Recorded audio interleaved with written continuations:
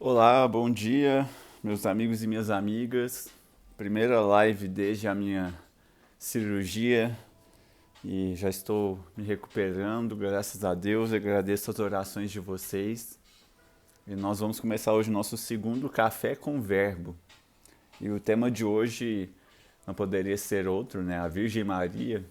Hoje é o dia de Nossa Senhora da Conceição Aparecida, padroeira do Brasil. E eu resolvi fazer um programa destinado a estudar a Virgem Maria nas Escrituras, né? Que é um tema muito importante e que é necessário para nós católicos compreendermos isso, porque muitas vezes nós somos atacados na nossa fé, né? Especialmente em relação ao tema da Virgem Maria. Então é importante que a gente saiba defender a nossa fé e demonstrar por que a devoção à Virgem Maria ela faz todo sentido com base nas Escrituras. Isso é muito importante, a gente começar a desenvolver esse conhecimento para que a gente possa defender a nossa fé e evangelizar de uma forma mais adequada, né? Bom, o tema da live é esse e nós vamos dividir a live em duas partes, né? Nós vamos falar da Virgem Maria na Bíblia e ao mesmo tempo nós vamos também falar sobre os dogmas marianos, né? E a inspiração desses dogmas e onde você pode encontrar esses dogmas na Escritura, né? Então, nós temos que ter em mente, em primeiro lugar, que a Virgem Maria ela é uma nova Eva, porque não foi só a Virgem Maria que nasceu imaculada, sem pecado original, virgem, noiva de um homem e foi visitada por um anjo. Eva também teve tudo isso, né? Eva era uma mulher virgem e imaculada, porque ela nasceu sem o pecado original. Eles ainda não tinham cometido o pecado original. Estava noiva de um homem, Adão, foi visitada por um anjo, Satanás, né? Enquanto Maria foi visitada pelo anjo Gabriel, Eva foi visitada por Satanás no Jardim do Éden, que a influenciou, né? Que por influência dele ela desobedeceu a Deus e também levou Adão a desobedecer ao Criador, né? Essa é a origem do pecado original. Bom, e desde esse proto-evangelho, Deus já anuncia a Virgem Maria, né? E nosso Senhor Jesus Cristo. Porque ele diz aqui, né? Aqui nós vemos esse proto-evangelho é uma prefiguração do evangelho, né? Que Deus fala que a descendência da mulher terá inimizade com a descendência de Satanás, né? E então nós já temos aí uma prefiguração da Virgem Maria logo no livro do Gênesis, no momento da criação, né?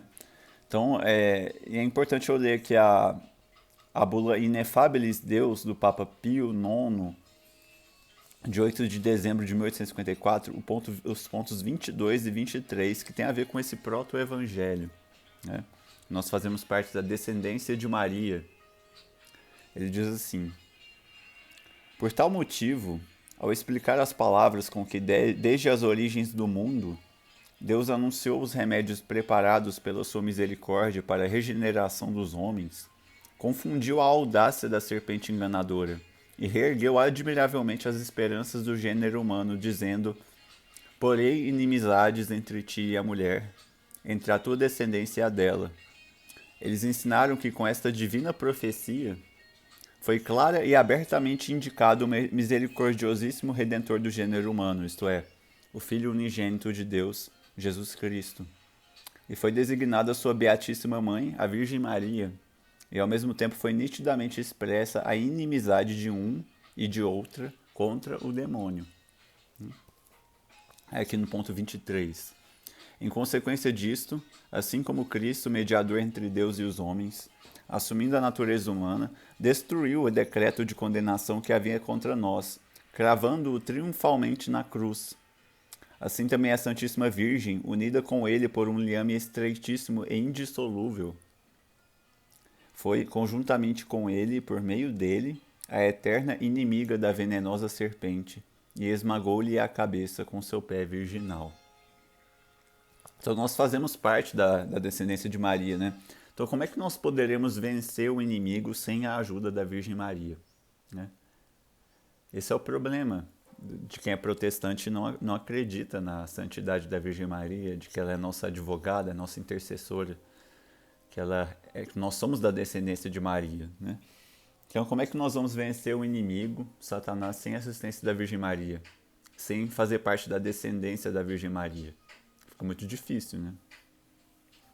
Então, nós temos que conhecer isso, né? Porque o católico ignorante, ele é o futuro protestante. E católico com Maria é apóstolo do último dia, né? Então nós só vamos poder ser apóstolos dos últimos dias, nós devemos ser com a ajuda da Virgem Maria. Ignorar as escrituras é ignorar o próprio Cristo, né? São Jerônimo já dizia isso. Só que a ignorância das escrituras também é ignorar a Virgem Maria, a mãe de Jesus. Nós vamos ver isso. Há 17 episódios na Bíblia que falam diretamente sobre a Virgem Maria. E no Novo Testamento, né? Direto ou indiretamente, né? Mas na Bíblia há muito mais sobre Maria do que a gente pode imaginar. Se nós soubéssemos ler a Escritura do jeito certo, isto é, no coração da Igreja Católica, nós vemos que Maria está no centro da história da salvação. Ela está no centro do plano de Deus para nos dar a vida eterna. E vamos ver aqui já as menções diretas à Virgem Maria nas Escrituras, né? Sejam todos bem-vindos aqui à live. O tema é a Virgem Maria e as Escrituras. Nós vamos ver tudo sobre a Virgem Maria na Bíblia. Tudo não, né? Porque uma hora não dá para ver tudo, mas nós vamos fazer um apanhado, né, de tudo.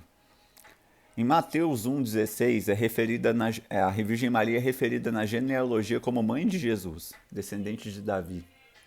Em Lucas 1, 26 a 38, nós vemos a anunciação do arcanjo Gabriel. Em Lucas 1, 39 a 56, nós vemos a visitação de Maria à sua prima, Santa Isabel. Em Mateus 1, 18 a 25, nós vemos o nascimento de Jesus em Belém. Em Mateus 2, 11 e Lucas 2, de 15 a 20, nós vemos os pastores e os reis magos prestando culto ao menino Jesus. Em Mateus 2, 14, nós vemos a fuga ao Egito para fugir de Herodes, né, que é aquele caso do martírio dos santos inocentes. Nós sempre relembramos no final do ano, né, no tempo do Advento. Em Lucas 2, 22 a 35, nós vemos a apresentação do menino Jesus no templo, né, que a Maria e José levam o menino Jesus no templo para cumprir a lei de Moisés, né? Em Lucas 2, 41 a 52, nós vemos a perda e o reencontro do menino Jesus no templo junto aos doutores da lei. Esse é um dos mistérios que nós meditamos no Santo Terço, né? Que Jesus se perde, né, acidentalmente da caravana que tem a Virgem Maria e São José, e depois eles voltam e encontram o menino Jesus no templo, ensinando aos doutores da lei, né? Eles todos impressionados com o conhecimento de nosso Senhor Jesus Cristo, né? Em João 2, de 1 a 11, nós temos as bodas de Caná, que é o primeiro milagre público de Jesus Cristo, né? Em Mateus 12, 46 a 50, nós vemos a mãe e os irmãos de Jesus, né? Aí tem toda aquela confusão dos irmãos de Jesus, que os protestantes afirmam que Jesus tinha irmãos sanguíneos, mas não era verdade, são irmãos, são primos, né? São parentes. Porque a Bíblia, na tradução do aramaico e do hebraico, a palavra irmão, ela quer dizer parente muitas vezes, né? Não necessariamente parente de sangue, né? E o massacre dos inocentes acontece até hoje, né, Mateus? Só esse ano já foram mais de 24 mil abortos, né? Essa é a causa mais importante da igreja hoje, é a defesa da vida, do nascituro. Não tem causa mais importante do ponto de vista social e tudo que a igreja tem que se preocupar, né?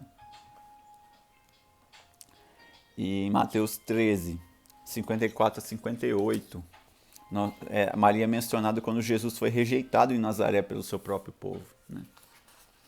A mulher fala do seio, né? Que é bendito seja o seio que te alimentou, né?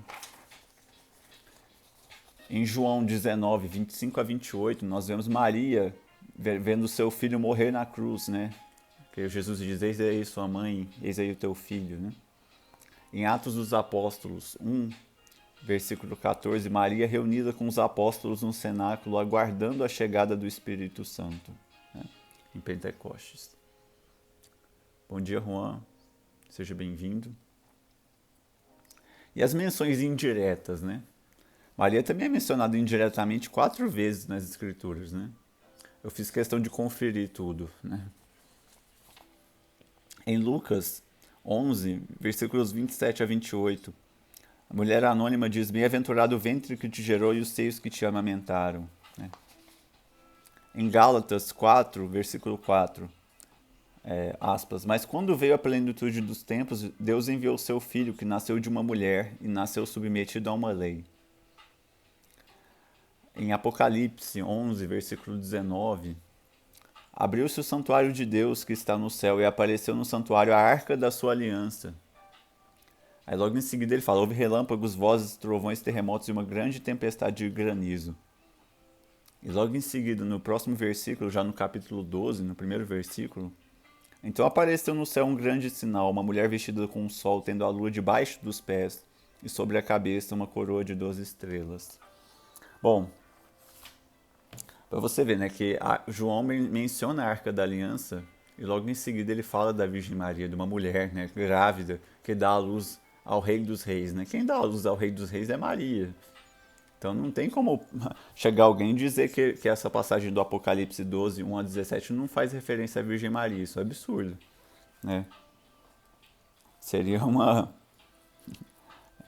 muita forçação de barra dizer que não tá falando dela, né? E a divisão de capítulos no Apocalipse ela é meramente didática. João não dividiu o texto em capítulos, né? Então, quando termina o capítulo 11 falando da Arca da Aliança, e logo em seguida começa a falar de uma mulher, é porque a Arca da Aliança é a Virgem Maria. A Virgem Maria é a nova Arca da Aliança, né? Da mesma forma como a Arca da Aliança carregou a palavra de Deus, as tábuas da lei, o cajado de Araão, que era do sumo sacerdote, né? E carregava o maná, que é o pão que descia do céu, a Virgem Maria em seu ventre, ela carrega o pão da vida que desceu do céu, que é Jesus Cristo. Carrega a palavra de Deus encarnada, que é Jesus Cristo. E carrega o sumo sacerdote, né, que é Jesus Cristo. Então, fica até bem evidente que Maria é a nova Arca da Aliança. A Arca da Aliança era feita de madeira incorruptível. A Virgem Maria é imaculada, é incorruptível. Ela jamais teve outro filho, jamais teve relações com São José. Os dois consagraram as suas vidas a Deus, né? Eles se casaram num casamento josefino, né? Aquele casamento sem que os cônjuges tenham relações sexuais, né? Justamente por isso. E no momento em que a Virgem Maria recebe a anunciação do arcanjo Gabriel, ela já estava noiva de São José. E mesmo assim ela diz, como assim que eu vou conceber se eu não conheço homem algum? O que ela quis dizer com isso? Que ela já estava consagrada a Deus, ou seja, ela não ia se relacionar com ninguém. Como é que ela ia conceber um filho, né? Então isso é mais uma evidência bíblica de que a Virgem Maria permaneceu sempre virgem, e São José também. Bom, muitos protestantes acusam os católicos de mariolatria, né? E nessas datas especiais, né, como hoje, especialmente acontece isso, né? E eles tentam diminuir a importância da obra salvífica de Cristo e de roubar a sua glória, né? Eles acusam a gente disso, de que a gente está diminuindo Jesus e exaltando Maria, mas não é verdade, porque se você exalta a mãe do nosso Salvador, você está exaltando o Salvador, porque a mãe de Jesus é uma obra-prima de Deus, né? Se você exalta a obra do artista, você está exaltando o artista. Não tem como você diminuir o artista falando bem da obra dele. Isso não faz sentido. Você vê um quadro na parede, um quadro do Van Gogh, ou vê um quadro meu aqui que eu pintei, e falar bem, nossa, que quadro bonito, né? Que legal.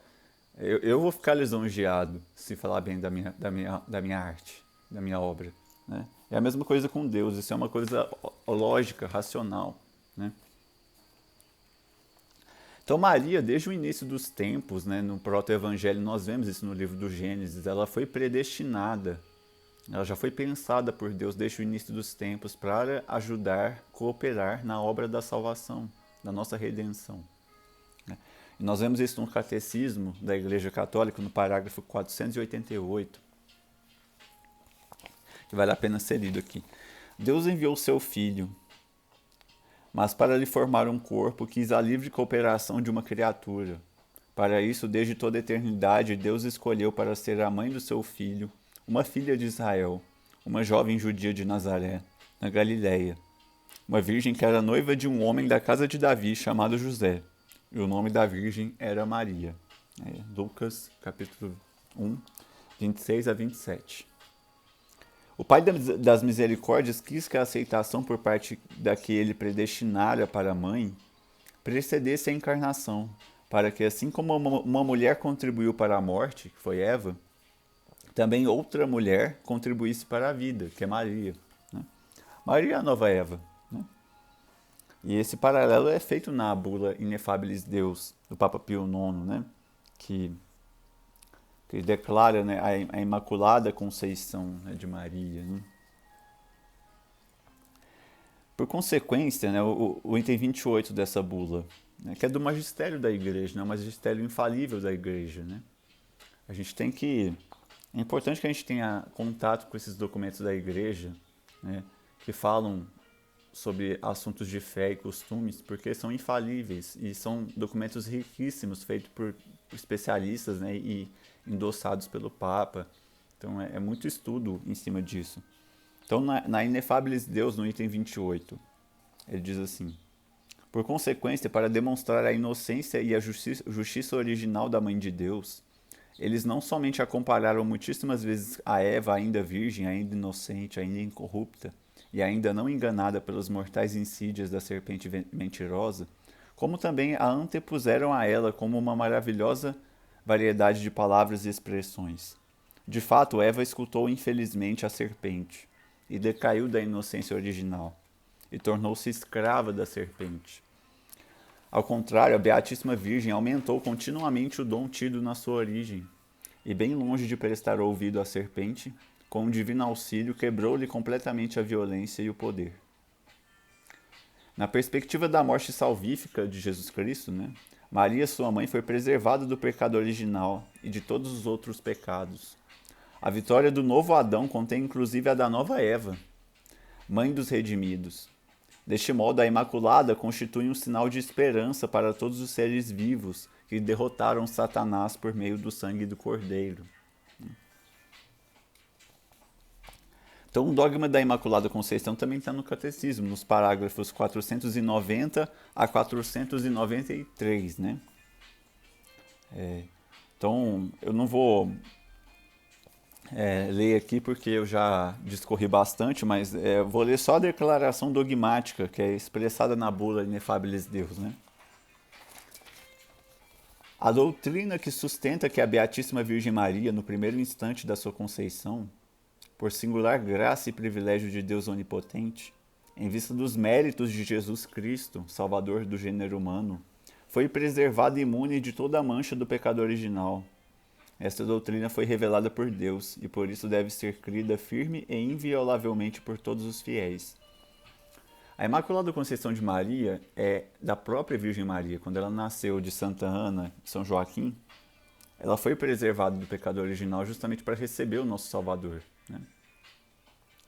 Então não confunda a Imaculada Conceição com a concepção de Jesus Cristo, que também é imaculada.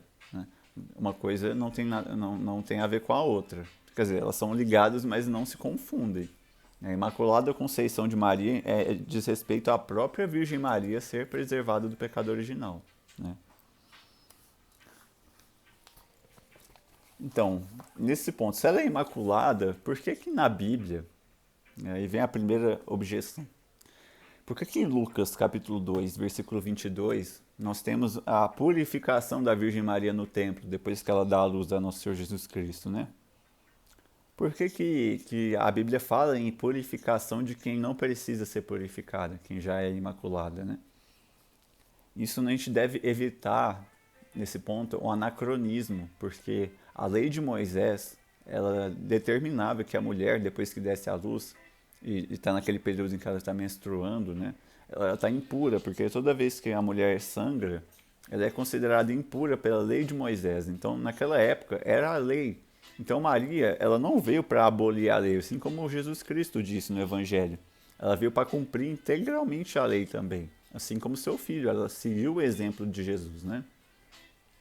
Então, ela participou desse ritual de purificação no templo justamente para seguir a lei. Foi para cumprir a lei. Então, foi uma coisa formal. Porque a Virgem Maria não precisava ser purificada, até porque as condições em que ela deu à luz de Jesus Cristo foram diferenciadas, né? Ela não teve o rompimento da sua virgindade, né? Ela não teve as dores do parto. Então foi um nascimento totalmente diferente, porque Jesus é a luz do mundo, né? E a luz, ela atravessa o vidro sem quebrar o vidro, né? Assim como Jesus atravessou a Virgem Maria sem macular a sua virgindade. Então esse é o dogma também da virgindade perpétua de Maria, né? E nesse sentido, né, já passando por esse dogma da virgindade perpétua da Virgem Maria, nós temos que a Arca da Aliança, como eu já tinha falado no início da live, ela é descrita na Bíblia como objeto feito de madeira incorruptível, em que as tábuas dos 10 mandamentos teriam sido guardadas, e também como veículo de comunicação entre Deus e o seu povo escolhido. Daí as aparições da Virgem Maria, né? Porque assim como a Arca da Aliança na época, ela era um veículo de comunicação de Deus com o seu povo, a Virgem Maria, como a nova Arca da Aliança, ela também é um veículo de comunicação. Por isso que todas as vezes é a Virgem Maria que aparece para nós nas aparições, né? Nossa Senhora Aparecida, a aparição de Fátima, a aparição de Lourdes, a aparição de Garabandal, a aparição de Simbres aqui no Brasil. A aparição de Enoque na Irlanda. Então a Virgem Maria, ela é um veículo de comunicação, por isso que sempre é ela que aparece nas aparições, pedindo a nós para fazermos jejum, oração e penitência. As 3 coisas que ela sempre pede. E a gente precisa fazer, porque a nossa mãe está pedindo. A Virgem Maria é nossa mãe, né? Então, nós temos aqui, no parágrafo 499 do Catecismo, né, sobre esse dogma da virgindade perpétua. Ele diz assim: o aprofundamento da fé na maternidade virginal levou a Igreja a confessar a virgindade real e perpétua de Maria, mesmo no parto do Filho de Deus feito homem. Com efeito, o nascimento de Cristo não diminuiu, antes consagrou a integridade virginal da sua mãe. A liturgia da Igreja celebra Maria Aepartenos como a sempre virgem, né? E a tradição também diz que Maria fez um voto perpétuo de castidade, como eu falei no início da live, assim como São José, né? Por isso que ela disse: como assim eu não conheço homem algum? Ela já estava noiva de São José e disse: não conheço homem algum, né? Então eles viveram um casamento josefino, que nós dizemos, né, o termo.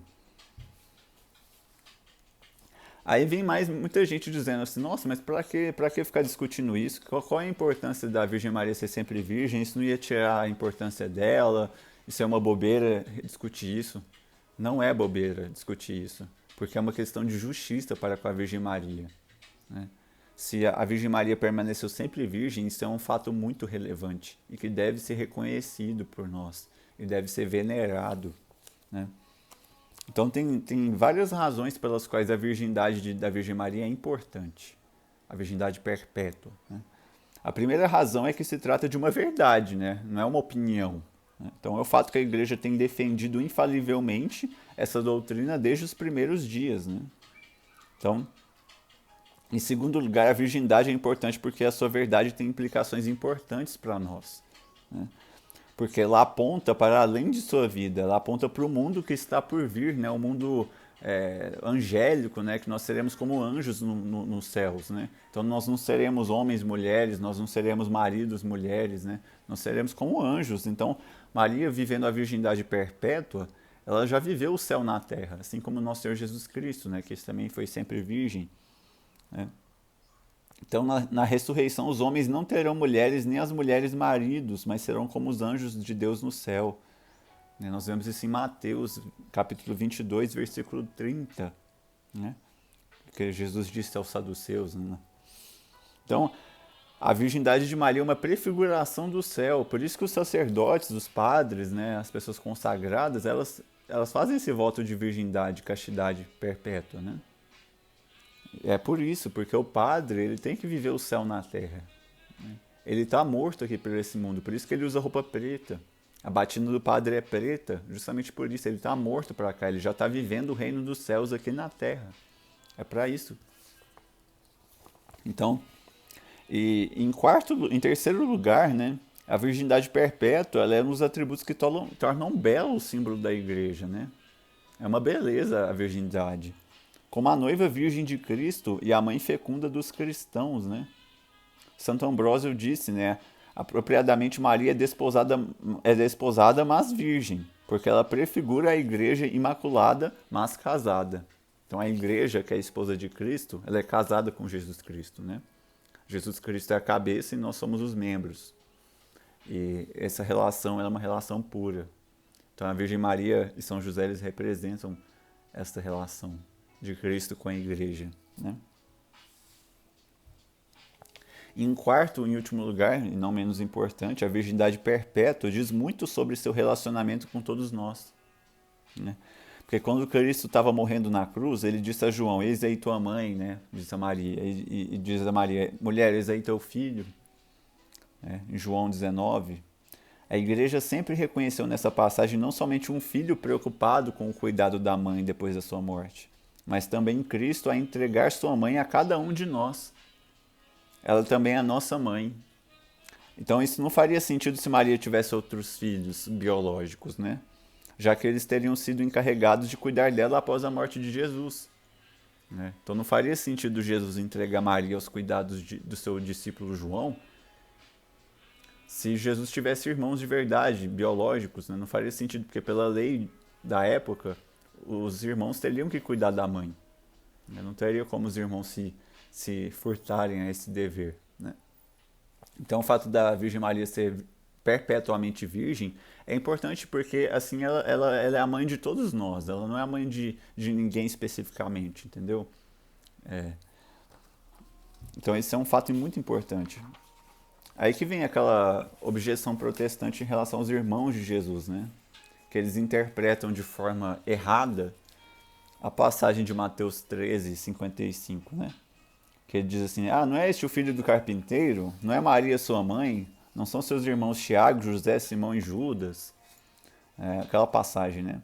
Então, a respeito dessa passagem, São Jerônimo, doutor da igreja, ensina que são chamados de irmãos de Jesus os filhos de sua tia materna, Maria de Cleófas, que é prima de Maria. Ela é mulher de Alfeu e mãe de São Tiago e de José, né? Então, como eu expliquei também no início da live, no hebraico, a palavra irmão ela é transliterada, né? Ela é usada para vários tipos de parentesco. Então, quando fala irmãos de Jesus, ele está falando de primos, né? São primos dele, né? Então, esse é um erro muito comum que é apontado, né? Principalmente pelos protestantes, para tentar diminuir a Virgem Maria, né? Dizer que ela teve outros filhos com São José e tudo. Isso é uma mentira. Até porque se você lê o Evangelho na totalidade, você vai perceber que Tiago e José, eles são filhos de Maria de Cleófas, que é a prima de Maria. Inclusive estava, no momento da crucifixão, ela estava lá também, né?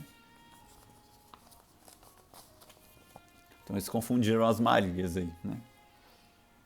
Bom, eu espero que vocês estejam entendendo bem o que eu estou falando, porque eu ainda estou me reabilitando, né? Com a fono, então às vezes eu falo um pouco enrolado, né? Em João 19, 26 a 27, né? Foi o caso aí, né, de Jesus confiar a Virgem Maria ao seu discípulo, né? Isso prova que Jesus não tinha irmãos biológicos, né?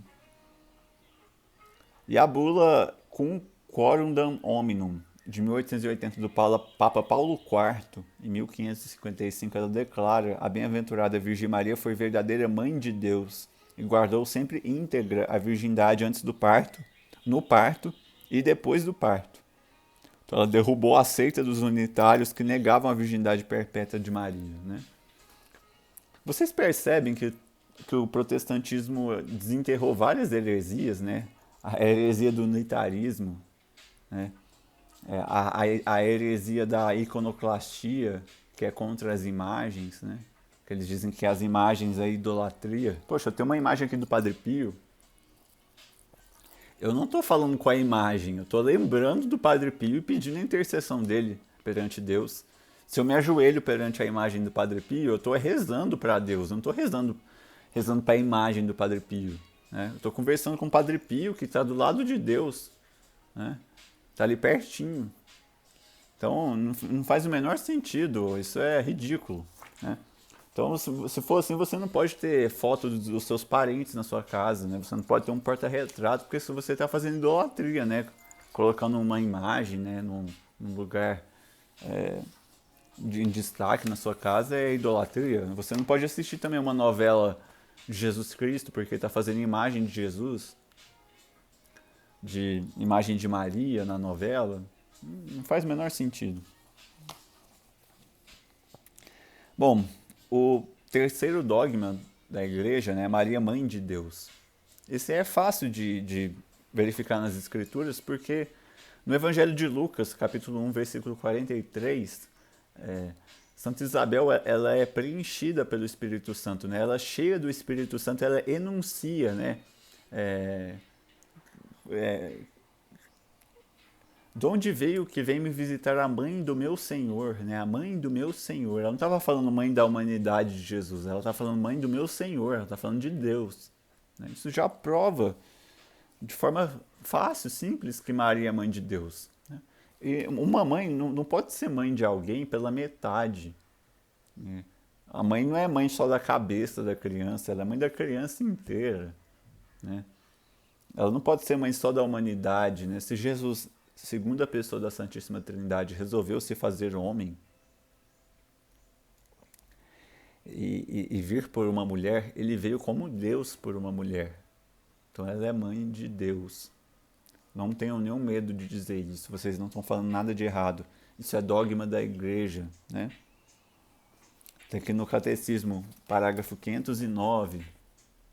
Maria é verdadeiramente mãe de Deus, pois é a mãe do Filho eterno de Deus feito homem. Ele próprio é Deus. Maria permaneceu virgem ao conceber seu filho, virgem ao dá-lo à luz, virgem grávida, virgem fecunda, virgem perpétua, com todo o seu ser ela é serva do Senhor. Chamada nos evangelhos a mãe de Jesus, né, como eu falei, Maria é aclamada sob o impulso do Espírito Santo e desde antes do nascimento do seu filho como a mãe do meu Senhor. Com efeito, aquele que ela concebeu como homem por obra do Espírito Santo, que se tornou verdadeiramente seu filho segundo a carne, não é outro senão o Filho eterno do Pai, a segunda pessoa da Santíssima Trindade. A igreja confessa que Maria é verdadeiramente mãe de Deus, né? É o título Theotokos, né? Em grego. Esse é o parágrafo 495 do Catecismo.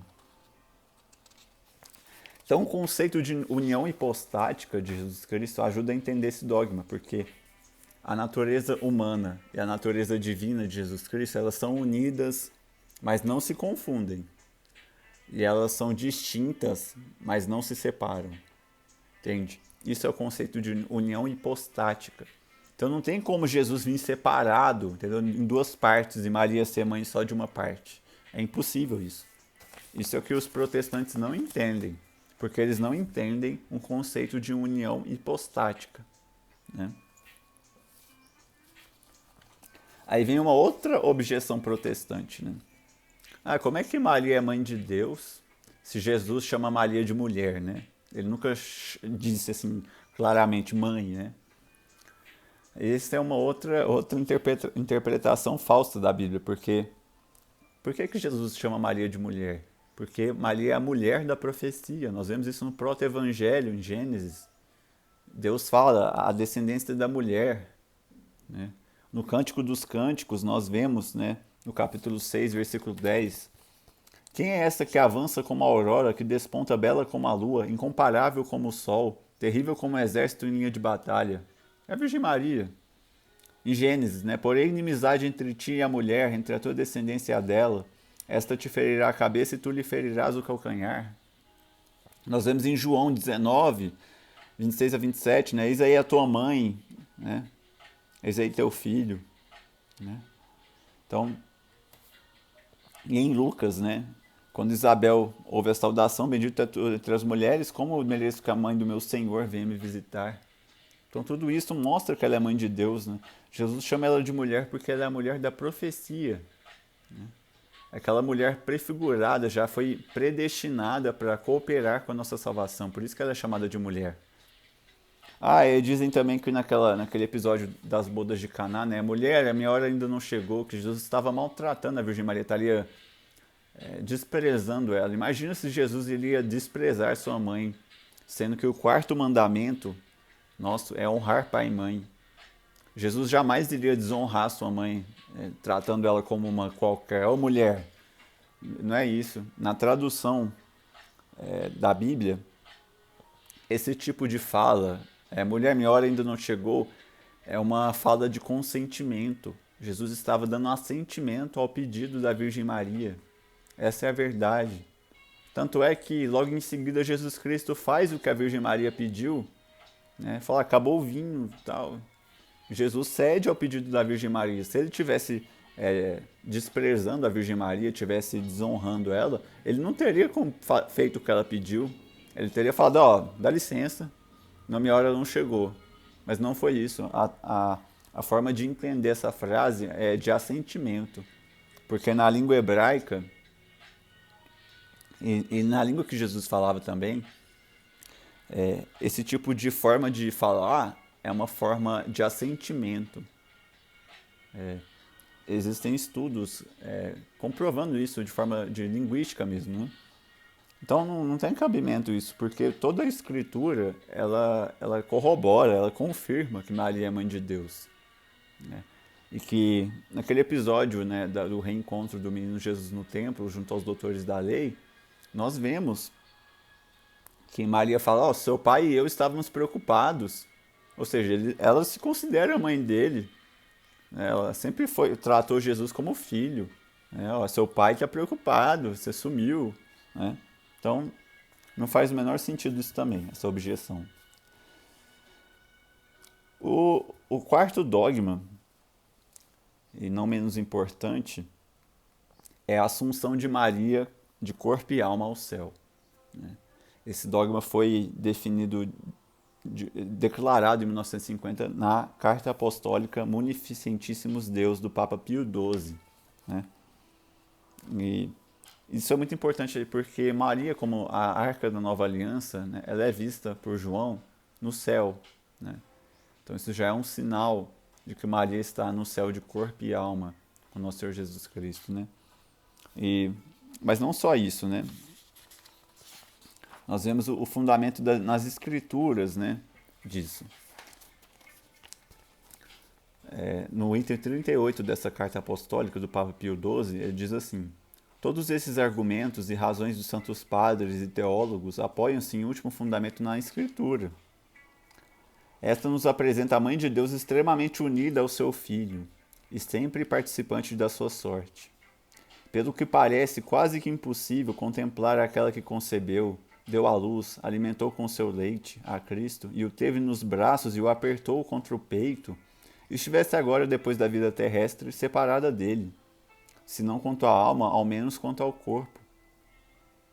O nosso Redentor é também filho de Maria, e como observador perfeitíssimo da lei divina, não podia deixar de honrar a sua mãe amantíssima logo depois do Eterno Pai. E podendo ele adorná-la com tamanha honra, preservando-a da corrupção do sepulcro, deve crer-se que realmente o fez. Pensa, se você fosse Deus e tivesse uma mãe, você não preservaria sua mãe da corrupção, do apodrecimento do corpo? Pensa só.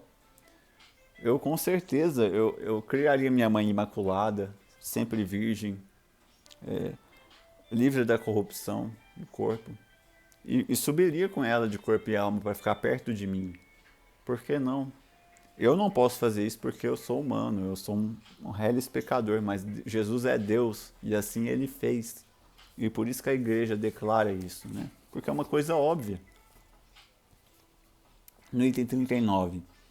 E convém, sobretudo, ter em vista que já a partir do século II, os santos padres apresentam a Virgem Maria como a nova Eva, sujeita sim, mas intimamente unida ao novo Adão na luta contra o inimigo infernal. Então, a Maria é submissa a Jesus, né? É sujeita a Jesus, mas eles estão juntos na luta contra o mal, né? Bom dia, Mari.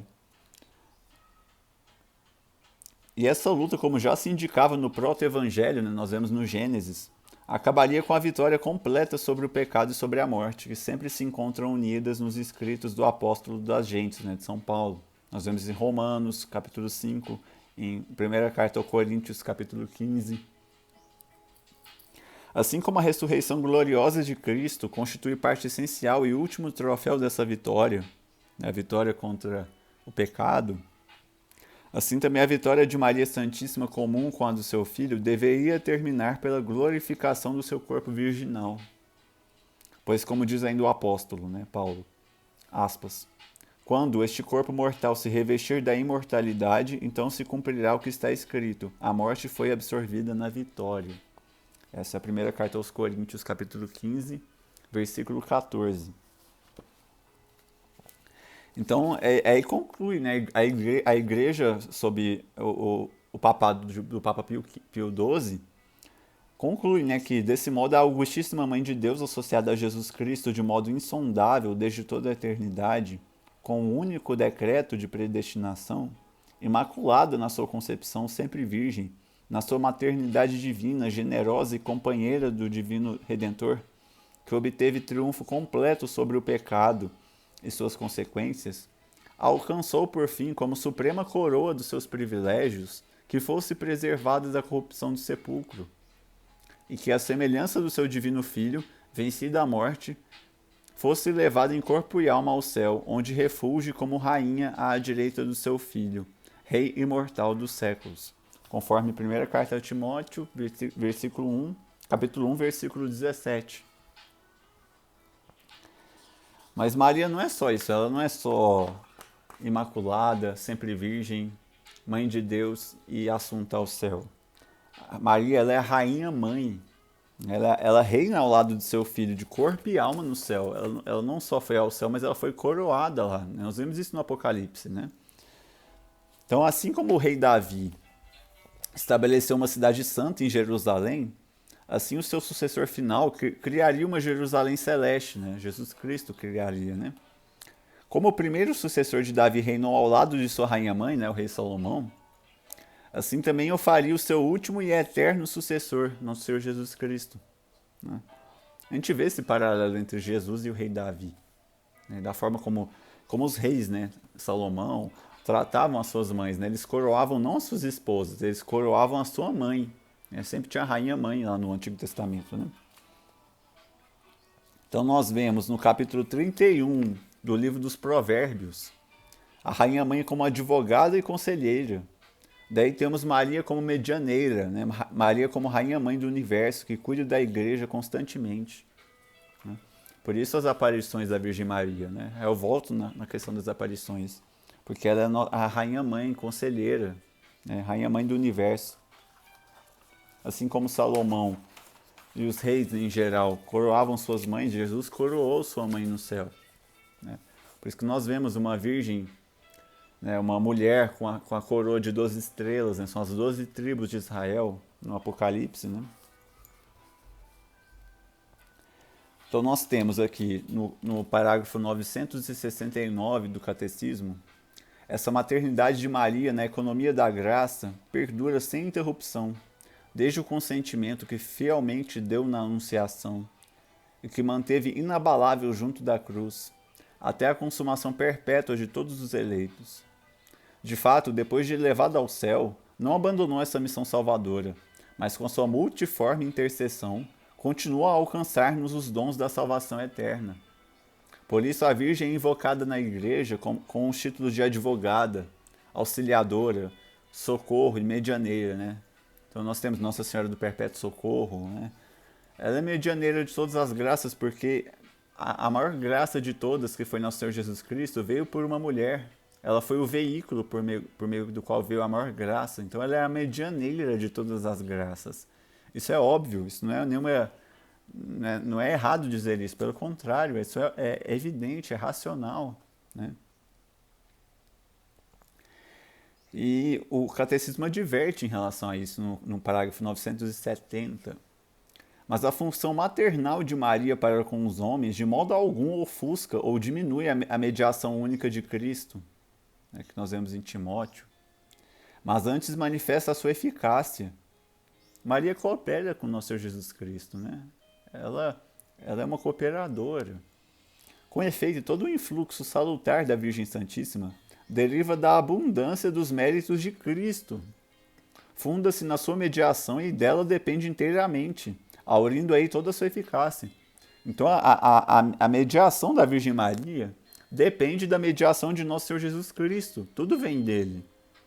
Isso não é diminuir Jesus, gente. Jesus utiliza-se das pessoas, da obra da criação para poder comunicar a sua graça, né? Ele utiliza a mim, por exemplo, no apostolado, utiliza vocês, na família de vocês, no apostolado de vocês, na catequese.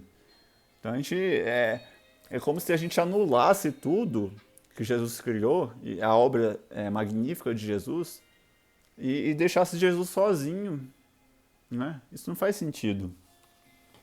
Então, aí continua o catecismo aqui, né? Efetivamente, nenhuma criatura pode ser equiparada ao Verbo encarnado e redentor. Mas, assim como o sacerdócio de Cristo é participado de diversos modos pelos ministros e pelo povo fiel, e assim como a bondade de Deus, sendo uma só, se difunde variamente pelos seres criados, né? Como eu falei, assim também a mediação única do Redentor não exclui, antes suscita nas criaturas uma cooperação variada que participa dessa fonte única. Olha isso é muito importante. É o que eu falei, Jesus ele se utiliza das pessoas. A gente não pode ignorar isso. Por isso que nós podemos dizer, Maria é medianeira de todas as graças, né? Nossa Senhora das Graças. Olha o tanto de título que tem a Virgem Maria, que maravilha. Os santos doutores da Igreja afirmam que todas as graças que recebemos do céu vêm através de Maria, já que a principal graça, que foi Jesus, veio por ela. É isso. Então esse é o conteúdo que eu gostaria de passar para vocês na live. Eu peço a vocês que compartilhem com seus amigos, mandem um aviãozinho para alguém que sempre quis dar uma aprofundada sobre a Virgem Maria, né, e defender a fé católica. Aproveitando hoje nessa data tão especial, mande para os seus amigos. Eu vou deixar salva essa live e vou também postar ela no YouTube. Para quem quiser ver no YouTube, eu vou postar ainda hoje. E gostaria de encerrar essa live rezando, né, uma Ave Maria, e vocês podem mandar as perguntas aí, que eu acho que ainda dá tempo de responder. Então vamos rezar um Pai Nosso e uma Ave Maria, pedir a intercessão de Nossa Senhora da Conceição Aparecida, padroeira do Brasil, que proteja o nosso país de todos os ataques e embustes do inimigo, que ela seja medianeira de nossas graças aqui no Brasil e no mundo inteiro. Pai nosso que estais no céu, santificado seja o vosso nome. Venha a nós o vosso reino, seja feita a vossa vontade, assim na terra como no céu. O pão nosso de cada dia nos dai hoje. Perdoai-nos as nossas ofensas, assim como nós perdoamos a quem nos tem ofendido. E não nos deixeis cair em tentação, mas livrai-nos do mal. Amém. Ave Maria, cheia de graça, o Senhor é convosco. Bendita sois vós entre as mulheres, e bendito é o fruto do vosso ventre, Jesus. Santa Maria, Mãe de Deus, rogai por nós, pecadores, agora e na hora da nossa morte. Amém. Glória ao Pai, ao Filho e ao Espírito Santo, como era no princípio, agora e sempre, por todos os séculos dos séculos. Amém. Ó meu Jesus, perdoai-nos, livrai-nos do fogo do inferno, Levai as almas todas para o céu e socorrei principalmente as que mais precisarem da vossa misericórdia. Nós estivemos reunidos nessa live em nome do Pai, do Filho e do Espírito Santo. Amém.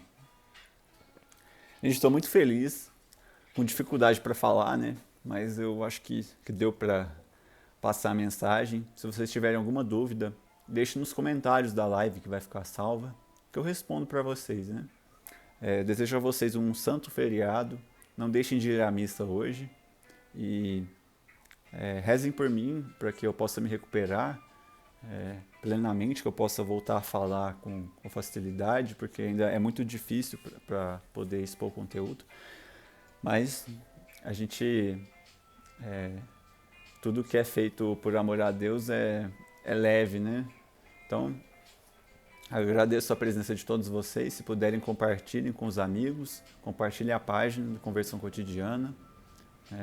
E Deus abençoe vocês, Mari, Aline, Mateus, Euclides, Dan Damasco, Mariana, Gabriele, Pablo Fernandes, Cristiano Dias, Ruth Cruz, Salmo Caldas, SOS Prado, Labor Youth, Natinha, Cláudio November, Neuropsicopedagogia Como Aprende, Eduardo Santos, Mateus já falei, Maurelice Aparecida Nascimento, Eduardo Santos, Juan Amorim, Juan Simon, Ivete Tavares, Flávia Borges, Gustavo Malek. Que Deus abençoe seu pai, o Tadeusz Malek, também. E é isso, pessoal. Vou me despedindo de vocês. Fiquem com Deus e tenham um excelente feriado.